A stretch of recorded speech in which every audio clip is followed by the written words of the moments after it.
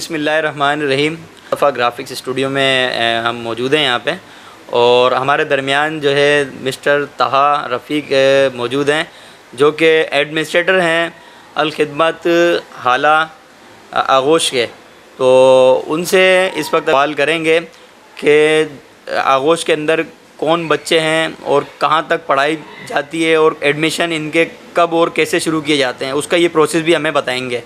तो ताहा भाई, आप मुझे बताएं कि आगोश के अंदर ऐसा क्या है और इतना ज़बरदस्त आपने जो सिस्टम बनाया, जैसे बाहर ममालिक में लोगों को, बच्चों को जो सहूलत दी जाती है, उस हिसाब से आप लोगों ने जो इतना ज़बरदस्त इक़दाम किया है, तो इसमें बताएंगे जमात इस्लामी की क्या काविश है यहाँ हैदराबाद के लिए भी। बिस्मिल्लाहिर्रहमानिर्रहीम। बहुत शुक्रिया आपका कि आपने हमें दावत दी और आज हम आपके सामने मौजूद हैं। बेसिकली आगोश जो अल खिदमत का एक प्रोजेक्ट है जमात इस्लामी का, ये बेसिकली मुआशरे के उन बेसहारा और उन यतीम बच्चों के लिए बनाया गया है कि जिनका कोई पुरसान हाल नहीं होता है, या वालिद के इंतकाल के बाद आप ये कह लें कि वो बच्चे के जो अपनी तालीम को जारी रखने के लिए, अपनी ज़रूरियात को पूरा करने के लिए बहुत मुश्किल हो जाता है। इस वक्त पूरे पाकिस्तान के अंदर 42 लाख से ज़ायद ऐसे बच्चे मौजूद हैं कि जिनके सर से वालिद का दस्ते शफ़क़त मौजूद नहीं है, या कह लें कि जिनके वालिद इस दुनिया में नहीं है। और ये तादाद बहुत बड़ी तादाद है, जो अगर हम इसका अंदाज़ा लगाएं तो एक बहुत बड़ी तादाद बनती है 42 लाख बच्चों की। 2005 के ज़लज़ले के बाद से अल खिदमत फ़ाउंडेशन पाकिस्तान ने और जमात इस्लामी ने ये इनिशिएट किया कि ये बच्चे जो बड़ी तादाद के अंदर 2005 के ज़लज़ले के बाद यतीम हुए थे, तो उनके सरों पर दस्ते शफ़क़त रखी जाए। पहला हमने आगोश जो बनाया था वो बनाया 2008 के अंदर अटक के अंदर। अटक में हमारे पास बिल्डिंग मौजूद थी, वहाँ से हमने इस सेंटर का आगाज़ किया। इस वक्त अल्हम्दुलिल्लाह हम पूरे पाकिस्तान के अंदर 20 आगोश होम्स का एक पूरा वसी नेटवर्क चला रहे हैं।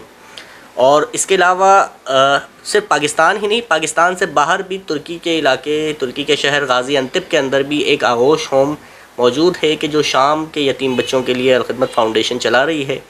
आपने जो सवाल किया कि आगोश हाला क्या है बेसिकली, और आगोश हाला से किन किन अज़ला के बच्चे जो है वो मुस्तफ़ीद हो सकते हैं, यहाँ पर आके उनको क्या क्या सहूलियात फ़राहम की जा रही हैं।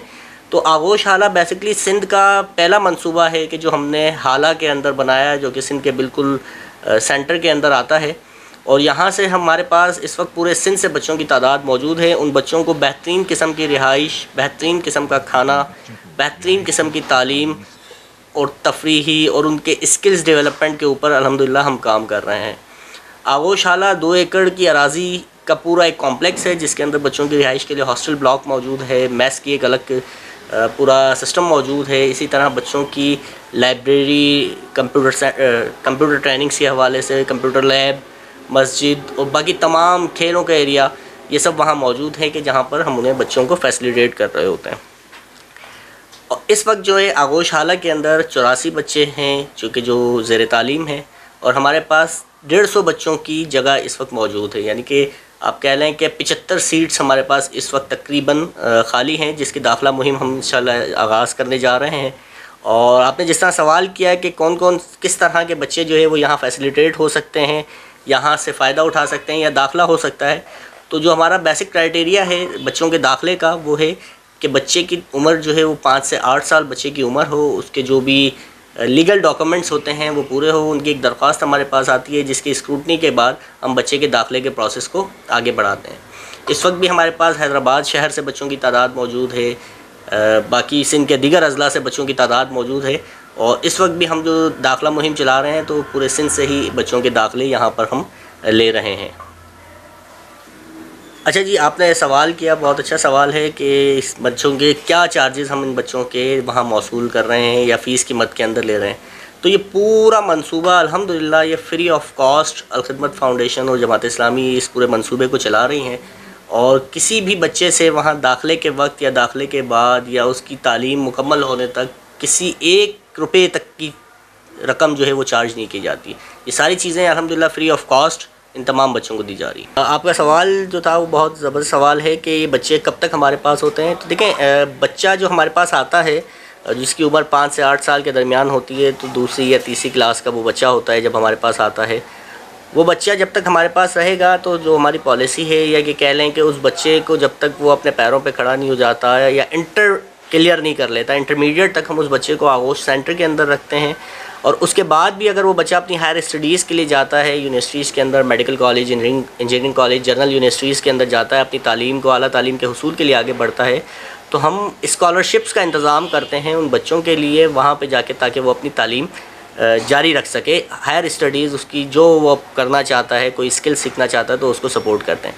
यहाँ एक और बात अब मज़े की आपको बताते चलें कि हमारा जो प्लान है जो जिसके ऊपर हम काम कर रहे हैं वो ये है कि बच्चा जब हमारे पास से यहाँ से निकले इंटर के बाद, तो उसके पास ऐसे स्किल्स भी मौजूद हों कि वो अपनी तालीम की ज़रूरियात को, अपनी तालीमी सहूलियात को या अपने घर की ज़रूरियात को पूरा कर सकें। उसको वो स्किल्स दिए जाएं कि जिससे वो मुआशरे में जाके अपने पैरों के ऊपर खड़ा हो सके। फॉर एग्ज़ाम्पल डिजिटल दौर है, डिजिटल मार्केटिंग का दौर है, डिजिटल मीडिया का दौर है, तो बच्चों को सॉफ्ट स्किल्स सिखाना, बच्चों के कंप्यूटर स्किल्स सिखाना, इसी तरह बच्चों को दीगर जो स्किल्स होते हैं, हुनर होते हैं, वो बच्चों को सिखाना हमारा मकसद है कि जब इंटर तक बच्चा हमारे पास से क्लियर हो तो वो इतना हो कि $100 वो बच्चा अपने लिए कमा सके।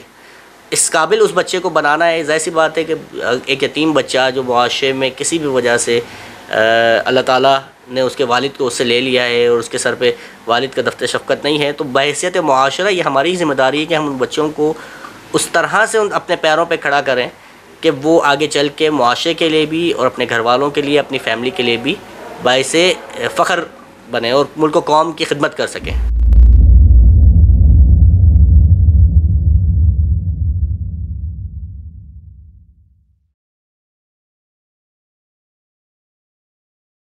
अभी हम